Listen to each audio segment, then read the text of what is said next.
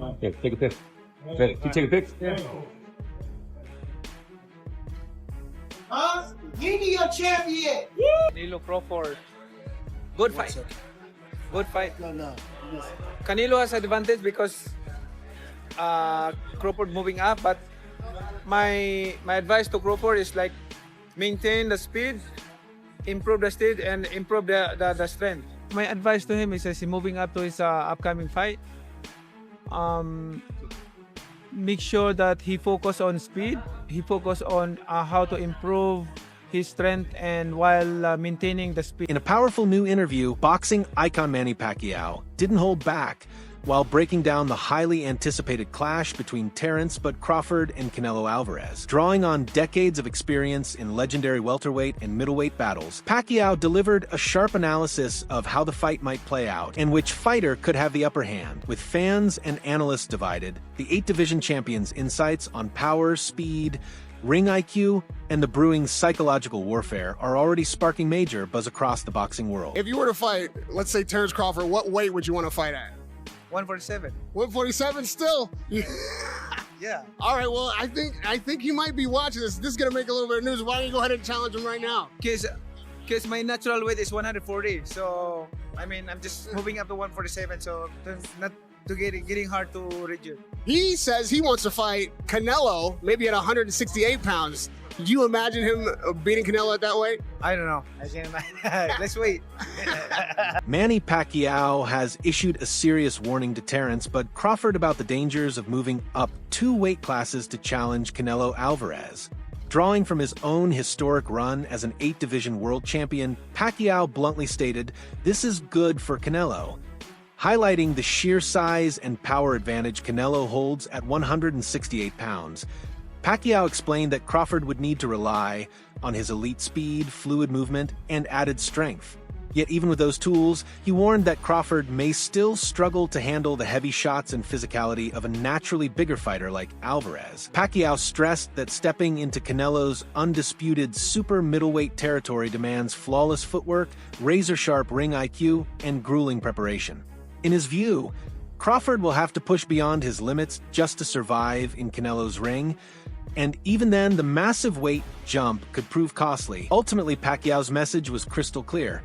Moving up is a high-stakes gamble, and this fight could become one of the toughest, yet most defining challenges of Crawford's entire career. That's not easy for Crawford. I mean, it's Canelo has the big advantage, but Crawford needs to manage well his body, his speed, and his power, because he's moving up to another level of weight. I asked this because you did it with Margarito. You went to 54, and people were like, "Oh my God, this guy's so big, Margarito!" But your speed made the difference in that fight. Well, what advice would you give a smaller guy like Crawford to fight someone like Canelo, who's a lot bigger and stronger? You know, preparing like that opponents, like is not only the speed, but you know the techniques that you can use in the fight. Like make sure that in your daily routine, training routine, like that, make sure that all the techniques, strategy, combination, like you know, it's accurate to your opponent's style. You know what I'm talking about? Like when you have a exam, a math exam tomorrow, you have to review right now a math subject. You don't need to review English subject or a science subject. You have to review math subject because tomorrow you're going to have a exam. You're going to exam a math subject. That's a hard exam.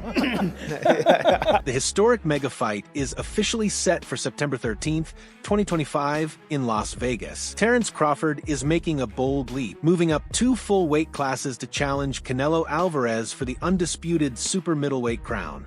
At stake are the WBA, WBC, IBF, WBO, the Ring, and TBRB titles, all to be unified in a single blockbuster bout streaming live on Netflix. Crawford, now boasting an incredible 41-0 record with 31 knockouts, has already conquered elite names like Errol Spence Jr. and Israel Madrimov. A victory here would cement his place in boxing history, making him the first male fighter of the four-belt era to hold undisputed championships in 3 separate weight divisions, an achievement never before accomplished. You've accepted this fight now, but in the previous years, you said it doesn't interest you because you have nothing to gain and everything to lose. If he were to beat you, how damaging would that be to the Canelo brand? He's not gonna beat me. Don't worry about it. He's not gonna beat me. Don't worry about it. I think this fight is gonna be in the books of the history of boxing for sure. That's for sure. For sure, them belts coming with me.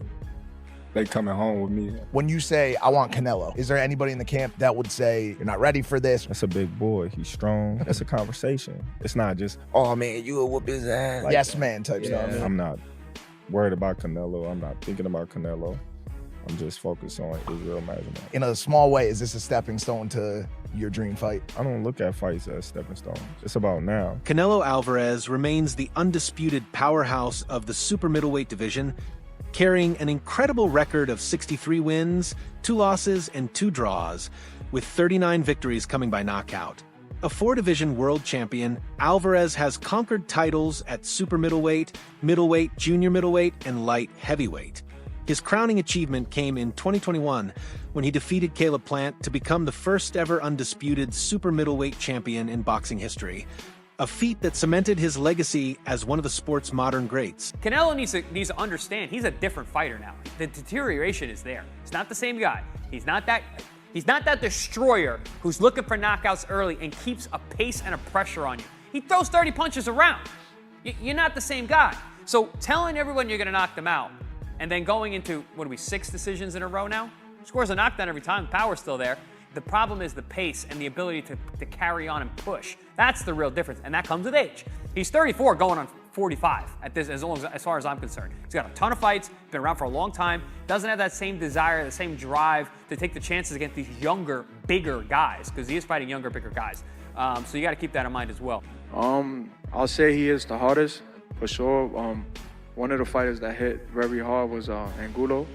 You know, he's a Cuban guy, and he punched very hard too, so I'll say both of them are like the same, but you know, with Canelo, I was just mentally ready for his shots. You know, I already told myself, I know I'm gonna get hit.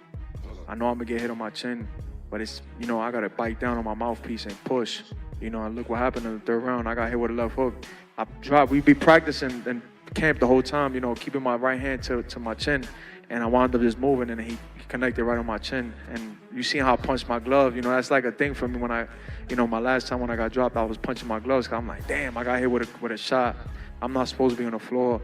But, you know, it comes to boxing. You know, the greats done got dropped, you know, got hurt. But it's about how you come back and respond. Boxing legend Juan Manuel Marquez has voiced serious concerns about Terence Crawford's bold decision to leap up 2 weight divisions to face Canelo Alvarez at super middleweight. While Marquez praised Crawford's brilliance across 4 weight classes, he warned that the size gap may simply be too much to overcome. Marquez pointed out that even at 154 pounds, Crawford's speed looked slightly tempered and his power less imposing. Adding even more weight, he fears, could slow Crawford's fluid style and diminish the very attributes that make him dangerous.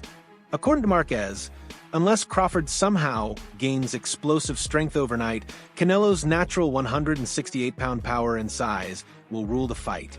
Though he respects Crawford's elite defense and pinpoint combinations, Marquez emphasized that weight classes exist for a reason. And this move, in his eyes, borders on reckless, pushing Crawford beyond sound boxing fundamentals. I don't like the fight because Terence Crawford is a good fighter, but in the sport of boxing, it has divisions. You know what I mean? You know? Right, weight classes. You know what? Right? Yeah, weight classes for a reason. Weight classes for, yeah. And Terence Crawford is a good fighter in super lightweight, welterweight, super welterweight, but I think more. I remember when Terence Crawford fought with Madrimov. Yes. He looks slow. He looks with no power, and 3 more divisions. 2 more divisions. I think it's a top fight for Terence Crawford, but Terence Crawford is a great fighter. He has a great defense. He has a good combination of punches, but I think the weight class is no good for him. Boxing great Roy Jones Jr. believes the outcome of Canelo Alvarez versus Terence Crawford won't come down to Crawford's move up in weight, but rather to how Canelo fights on the night. Speaking to the Ring magazine back in February, Jones stated bluntly, "If Alvarez does what he's supposed to, he wins. But if he fights poorly, Crawford will take it." Jones stressed that Crawford must command the center of the ring to apply pressure on Canelo, a strategy he believes is key to shifting momentum. Revisiting the matchup in June, Jones doubled down on his stance. Weight doesn't matter. What matters is whether Crawford can handle Canelo's power. When you're as skilled as Bud, weight isn't that big of a factor. However, Jones also issued a warning: Crawford can't afford to run. If you run from a big man, you give him all the confidence. That's stupid. Ultimately, Jones frames this clash as a battle of minds as much as fists, a contest of timing, precision, and tactical discipline where ring control could define the winner. The monster thing is going to always follow him. Terence is not taking a fight in between. He's like, I'm going to move up to 168. I'm going to take my time with that. Should we expect an upset, or are we going to see what most people are expecting in that fight if it does happen? Well, we're not going to see what most people are expecting. That's for sure. I can guarantee you that, because most people are looking at the weights and saying, oh, they're too far apart, Canelo is too big. No, we're not going to see what y'all think we're going to see. We're going to see a chess match, and a chess match that, if it's played correctly by each side, it could be very interesting. If it's played wrong by either side, the other side will dominate. That's how good this fight is. Let's say if Canelo wins, do you think people give Canelo credit because Bud is smaller? And if Bud wins, should he just retire and go on the sunset? Bud definitely should retire if he wins. Canelo, no, you have unfinished business, bro. You can try to hide, you can try to run, but that monster thing, it ain't going nowhere. I'm sorry. Even if you retire the rest of your career, the monster thing is not going anywhere because the monster was searching for you. He beat everything y'all sent at him in the process of trying to get to you. I don't care who you beat, the monster thing is going to always follow him. Yeah, that's true. I mean, there was a time where he was saying, Benavidez was saying, you know what, I got to earn that Canelo shot. He earned that shot a long time ago. Veteran boxing commentator Jim Lampley slightly favors Canelo Alvarez in this mega fight, but he's quick to stress that Terence Crawford's elite skill set cannot be overlooked. Lampley points to Canelo's evolution from the tough lessons of his early defeats to Floyd Mayweather and Dimitri Bivol, to now becoming one of boxing's most dangerous counterpunchers, boasting razor-sharp defensive timing and incredible core strength developed through unconventional training methods. Even horse riding at 8 the same time, Lampley holds Crawford in the highest regard, comparing his adaptability and offensive-defensive balance to a modern-day Sugar Ray Robinson. He highlights Crawford's rare ability to switch stances seamlessly and unleash a ruthless, fight-ending mindset whenever necessary, tools that make him one of the sport's most unpredictable and dangerous fighters today. Crawford is going to fight Canelo because even if I have some doubts and misgivings about the size matchup, it is two action fighters who like to fight aggressively at times, not all the times, going against each other, and we'll see who can open the other person's tuna can, so to speak. Speaking on the Joe Rogan Experience podcast, Jim Lampley dissected the brewing clash of size versus skill between Terence Crawford and Canelo Alvarez with sharp precision. While acknowledging Alvarez's clear edge in size and raw power, Lampley argued that Crawford's only path to victory is to deliver a near-perfect performance.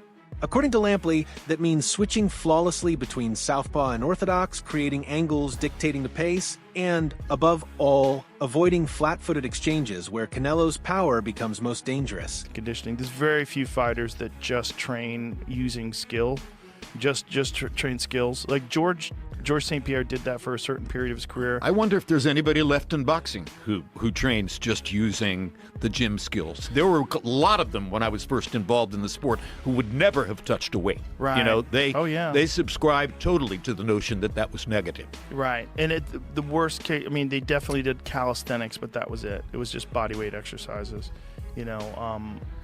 which brings us to Crawford. which I think is really interesting. The Crawford-Canelo fight. Beyond interesting. Fascinating. Fascinating. Because how does Crawford compete with that size? And, you know, we have to recognize, okay, well, when Canelo fought Floyd, it was 152 pounds, right? So he had dropped down, which was a struggle for him, which is why Floyd was so brilliant in getting him to go down to 152, because he knew he would be drained. 52 or 50? Popular boxing analyst Showbiz, the adult, has also shared his take on the upcoming clash, emphasizing that while Terence Crawford's talent is undeniable, facing Canelo Alvarez is an entirely different beast. According to Showbiz, Crawford would need to triple his experience to truly cope with what Canelo brings to the table.